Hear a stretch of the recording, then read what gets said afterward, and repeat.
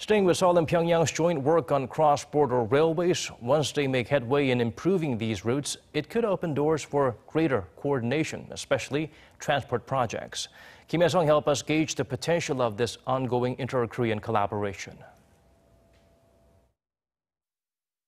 On May 17, 2007, two trains crossed the Military Demarcation Line that separates the two Koreas.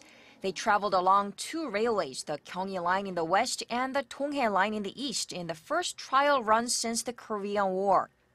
Jejin Station is the northeasternmost station in South Korea. It's about 6 kilometers from the DMZ and about 10 kilometers from the north's Kamho station. It's one of the stops on the Donghae Line that runs to North Korea's Mount Kumkang station. After being left empty for about a decade since train services stopped in 2008, Jejin Station could possibly see trains from North Korea coming in again. Officials from Seoul and Pyongyang have begun joint inspections into the Donghae Line and Gyeongui Line railway sections on the North Korean side as part of the Panmunjom Declaration.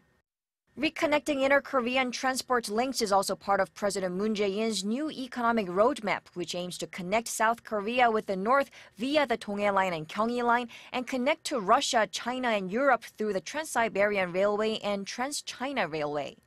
If completed, the railways would enable free movement of people and resources between the two Koreas and also cut transport times between South Korea and Europe by a third compared to sea routes.